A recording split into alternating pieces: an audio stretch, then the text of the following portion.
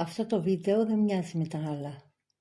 Δεν θα μιλήσουμε για κάποιο παλιό ξεχασμένο έγκλημα, ούτε για μια υπόθεση από τα αρχεία. Αυτό το βίντεο είναι ένα έκτακτο σκοτεινό δελτίο, γιατί η φρίκη συνέβη σήμερα. Και για μένα χτυπάει πολύ κοντά στο σπίτι. Βλέπετε, είμαι από τη Δράμα.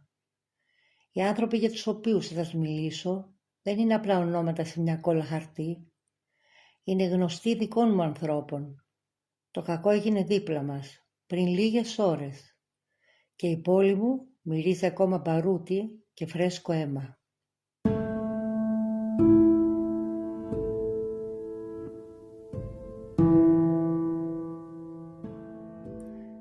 Η Δράμα πνίγεται στο σκοτάδι απόψε. Ένας 52χρονος ένστολος αποφάσισε να γίνει ο δικαστής και ο εκτελεστής της ίδιας του της γυναίκας. Το ρολόι έδειχνε απόγευμα Δευτέρας, 15 Ιουνίου. Σήμερα, όταν το τηλέφωνο στην άμεση δράση χτύπησε. Στην άλλη άκρη της γραμμής, η τρεμάμενη φωνή ενός ανήλικου παιδιού έκοψε την ησυχία του τμήματος. Τα λόγια του ήταν λίγα και ξερά.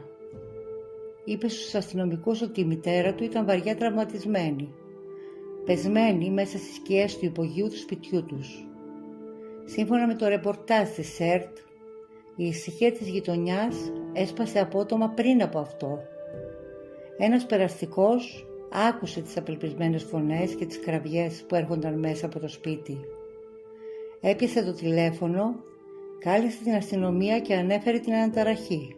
Όμως η μοίρα είχε ήδη προλάβει τον νόμο. Οι λεπτομέρειες που έρχονται στο φως δείχνουν το μέγεθος της φρίκης. Το θύμα ήταν επίσης αστυνομικός.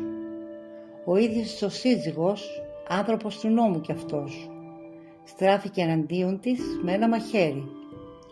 Την κατέσπαξε με μανία, αφήνοντάς την αιμόφυρτη στο πάτωμα. Μετά πέταξε το μαχαίρι, βγήκε στο δρόμο και χάθηκε πριν προλάβει κανείς να το σταματήσει. Ο ήχος της σιρήνας έσκησε τον αέρα, καθώς το ασθενοφόρο και τα περιπολικά έφταναν με ταχύτητα στη σκηνή. Οι διασώστες σήκωσαν το σώμα της γυναίκας από το κρύο πάτωμα και ξεκίνησαν έναν αγώνα δρόμου για το νοσοκομείο της Δράμας. Ήταν ήδη πολύ αργά. Η νεαρή γυναίκα άφησε την τελευταία της πνοή μόλις έφτασε στους γιατρούς. Το σώμα της έφερε τα σημάδια μιας άγριας μανίας.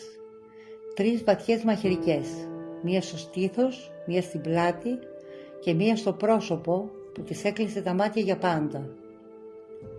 Το ζευγάρι ζούσε στη Δράμα και είχε μοιράσει τη ζωή του ανάμεσα σε 2 παιδιά.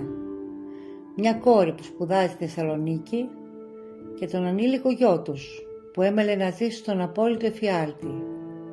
Και οι 2 υπηρετούσαν στο σώμα. Εκείνη φύλαγε τα σύνορα στον Ευρωκόπη, εκείνος δούλευε στις υπηρεσίες της Δράμας. Όμως το τελευταίο διάστημα ο γάμος τους είχε γίνει πεδίο μάχης. Ζούσαν σε διάσταση, με τις γέφυρες ανάμεσά τους να έχουν κοπεί οριστικά. Λίγες εβδομάδες πριν από το μακελιό, η γυναίκα είχε δει το κακό να έρχεται. Χτύπησε την πόρτα ενός ανώτερου αξιωματικού της ελληνικής αστυνομίας. Του μίλησε για το σκοτάδι που έβλεπε στο μυαλό του συζύγου της και του εξέφρασε τους χειρότερους φόβους της. Φοβόταν για την ίδια της τη ζωή. Δυστυχώς, οι φόβοι της έγιναν πραγματικότητα. Στις 3 Ιουνίου μάλιστα, λίγες μέρες πριν το νήμα της ζωής της κοπεί τόσο βία, η άτυχη γυναίκα, της οποίας το όνομα δεν αναφέρουμε για ευνόητους λόγους, είχε κάνει μια ανάρτηση στα μέσα κοινωνικής δικτύωσης. Ήταν μια αναδημοσίευση γεμάτη οργή και πικρή ηρωνία. Το κείμενο μιλούσε για την υποκρισία της κοινωνίας που συχνά βλέπει απειλές παντού, αλλά κλείνει τα μάτια μπροστά στην πραγματική φρίκη. Μιλούσε για το πώς μια γυναικοκτονία, όπου ένας άντρας σφάζει τη γυναίκα του δίπλα στα παιδιά τους, βαφτίζεται απλώς μια μεμονωμένη τραγική στιγμή ή η κακιά η ώρα. Λίγο μετά η ίδια έμελε να γίνει το επόμενο θύμα αυτής της ακριβώς της μοίρας.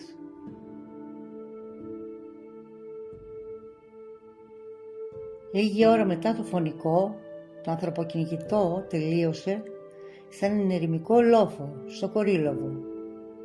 Οι προβολείς των περιπολικών φώτισαν ένα σταματημένο αυτοκίνητο. Μέσα στο τιμόνι έχερνε το άψυχο σώμα του 52χρονου, λουσμένο στο αίμα από έναν μόνο πυροβολισμό. Δίπλα του βρισκόταν το υπηρεσιακό του περίστροφο, το ίδιο όπλο που κάποτε ορκιζόταν να προστατεύει τη ζωή και που τώρα έγινε το εργαλείο για να δώσει το δικό του τέλος. Τώρα η υπόθεση έχει περάσει στα χέρια των ανακριτών και των δικαστικών αρχών.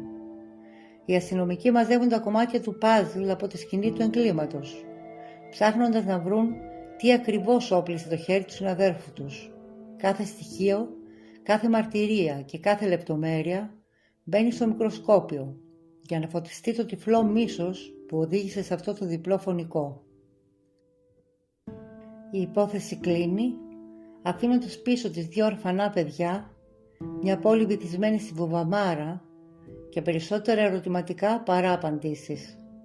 Ο νόμος θα γράψει το τέλος στα χαρτιά, αλλά η αλήθεια θα μείνει για πάντα θαμμένη στις σκιές εκείνου του υπογείου στη δράμα.